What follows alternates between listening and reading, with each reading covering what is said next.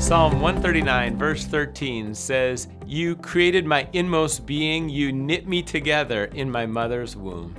And we get a glimpse in terms of how God is right there for each person as they're created, not an accident, but also every child is a gift from God, and He is the maker. Now, when you take that truth and then you look at what's happening in our country, we have had about 60 million abortions since 1973. So just over 40 years ago, during that time, 60 million people. And in our country today, there's about 325 million. So that means like 1 of every 7 people weren't given a chance to live. Now, if you've been involved with an abortion, I know there's so much healing in the Lord. I'm not trying to bring any extra guilt.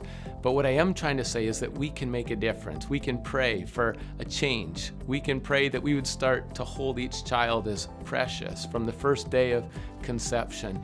You might have an opportunity that you know someone that's pregnant and they're thinking about should they have an abortion or not, and you have an opportunity to reach out to them and encourage them to have that child.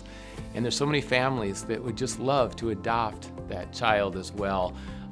We need to pray for our land. Maybe get involved in a pregnancy counseling center ministry, either you personally or supporting them. There's so much we can do.